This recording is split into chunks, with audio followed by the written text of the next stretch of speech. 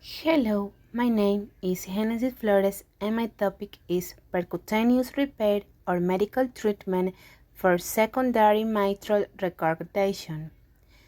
Definition: mitral insufficiency, also known as mitral regurgitation, the most common form of valvular heart disease, occurs when the mitral valve does not close properly, allowing a black flow of blood from the left ventricle to the left atrium during systole. As a result, the heart cannot pump efficiently, causing symptoms like fatigue and shortness of breath.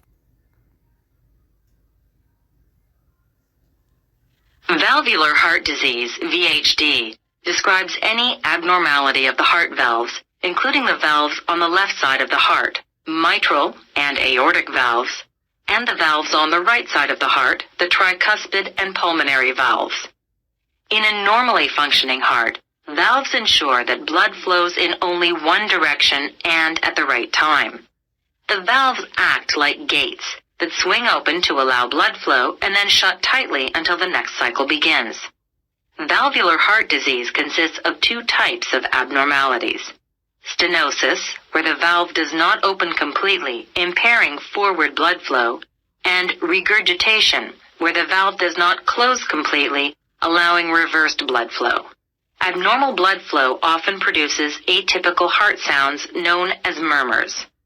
The most common causes of valvular disease include infective endocarditis, rheumatic fever, congenital malformations, and trauma.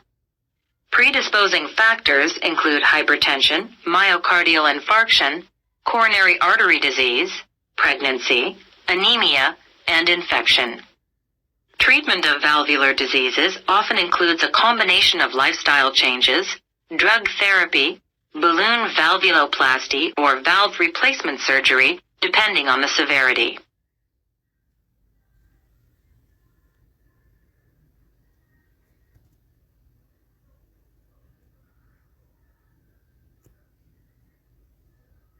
And I would like to ask Francesco, why this? What do you think about the need of deciding a statement, some thoughts about functional mitral regurgitation after two big trials? So 2018 has been an important year for mitral intervention, specifically for heart failure and leaflet repair. We had two important trials which were presented, and these two trials have been somehow contradictory. There is an opposite outcome in the two trials. There has been a lot of effort to try to get a overarching concept which is connecting the two trials. At the end of the day, the two trials have generated a little bit of confusion in the community. We understand that we need to improve our patient selection, but actually we don't know yet how to select these patients. So I think it was a good time to put the efforts together and try to get a position statement. This is very important, very interesting. And Bernard, which are really the key points of this statement? Well, the purpose of the statement was to put these trials in the wider context of the treatment options for secondary or functional mitral regurgitation. We've known for a long time that medical therapy has underpinned the treatment of heart failure. We know that there's been very strong randomized controlled trial evidence, and we recognize that medical therapy helps some patients. But equally, a lot of patients do badly over long-term follow-up. So we need to think beyond medical treatment, and we need to acknowledge the fact that cardiac resynchronization can play a role in selected patients, though its role has never been examined formally in a randomized controlled trial. And we need to acknowledge that the evidence base supporting surgery in secondary mitral regurgitation is also very limited, with very weak recommendations from guidelines. So the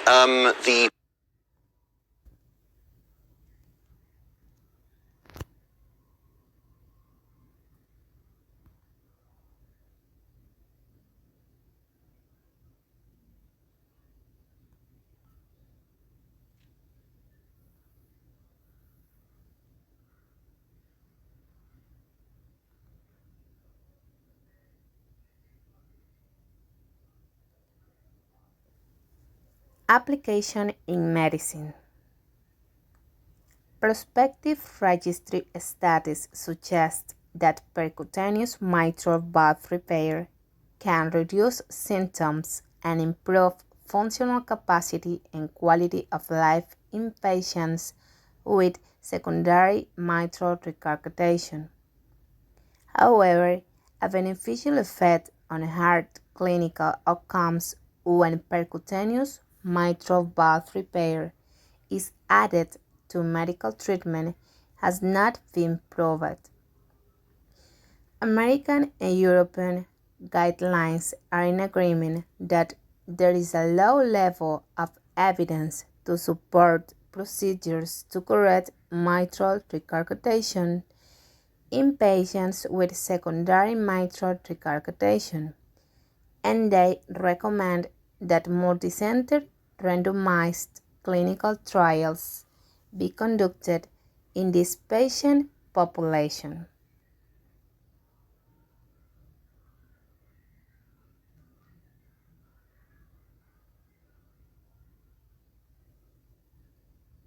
Click subscribe and bell icon to get regular notifications.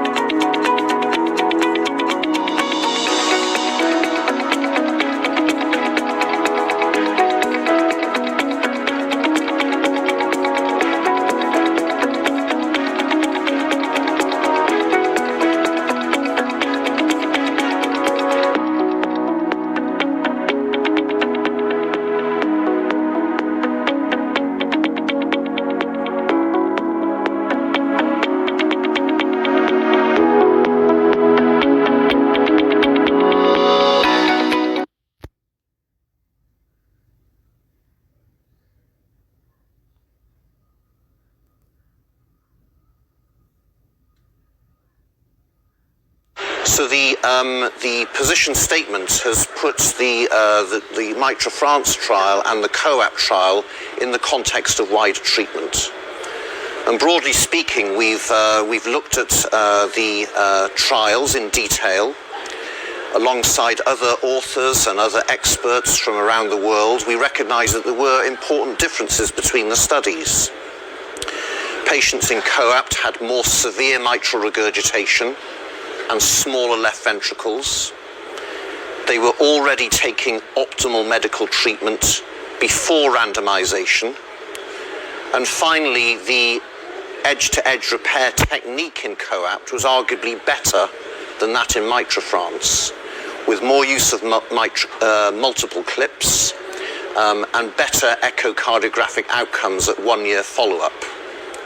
So for that reason, PCR and EAPCI endorse the results of COAPT and recommend selection of patients for transcatheter edge-to-edge repair based upon the COAPT selection criteria.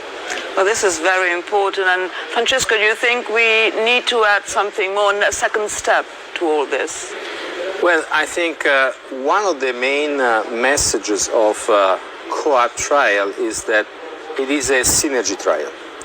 It is a trial that shows that MitraClip works in selected patients who are well treated by experienced operators, and it is a trial that achieve outcomes which are, I would say, superior to the average outcomes that we have been observing in Europe, probably because of patient selection, but most important because these patients have been managed in a synergic way together with the heart failure specialists.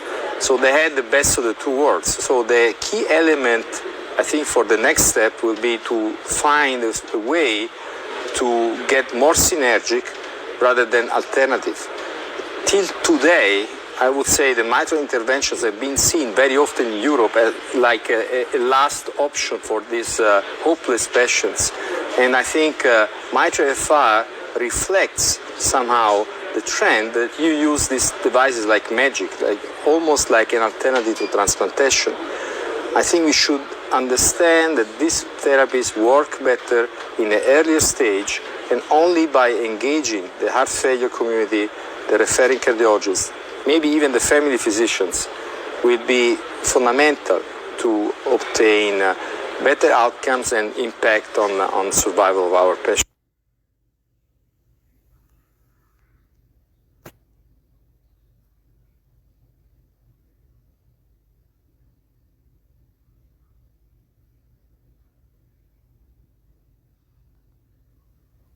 Pros and cons.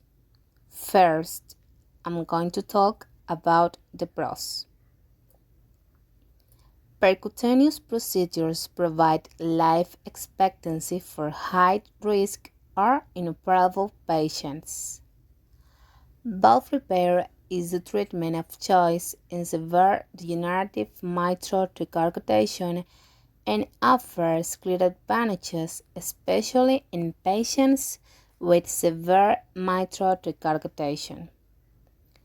The main objectives of valve repair are to restore the physiological mobility of the leaflets, achieve an adequate coaptation surface, and stabilize the annulus, leaving an adequate mitral orifice.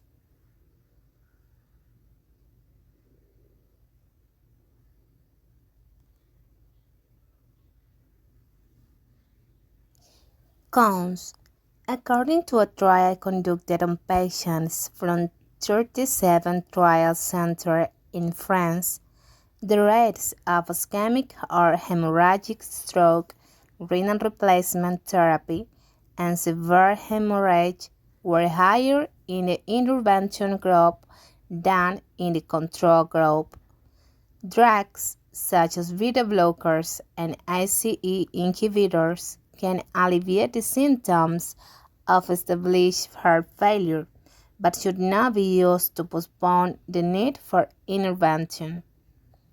The risk of mitral valve repair failure is increased in patients with conditions such as anterior leaflet or valve leaflet prolapse, in patients with advanced myxomatous disease or with annular calcification.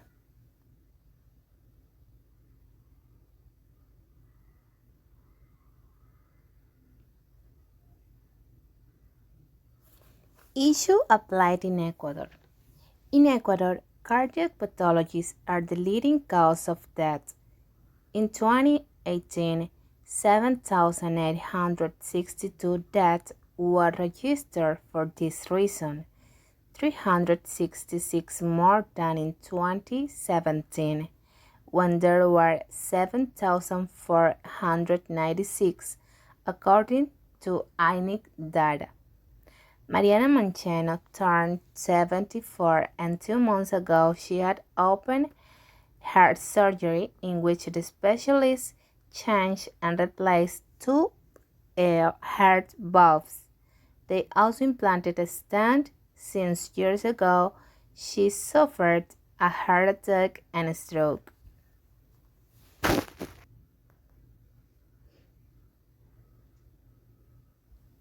Marianne admits that she was afraid since the doctor warned her of seriousness of an operation. The risk was 50%. She accepted that her life changed.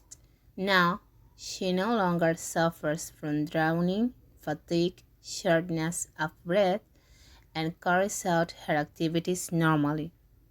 Mariana attends her medical checkups at the Carlos Andrade Marine Hospital of the Social Security. In this hospital, 46,373 invasive procedures such as aortic and mitral valve replacement and 16,812 non-invasive procedures such as the implantation of the stent have been performed in this year, 2018. In total, 55,786 people have received outpatient care and almost 36,000 are hospitalized or admitted for emergencies, according to Juan Paez, cardiologist and general manager of Carlos Andrade Marini Hospital.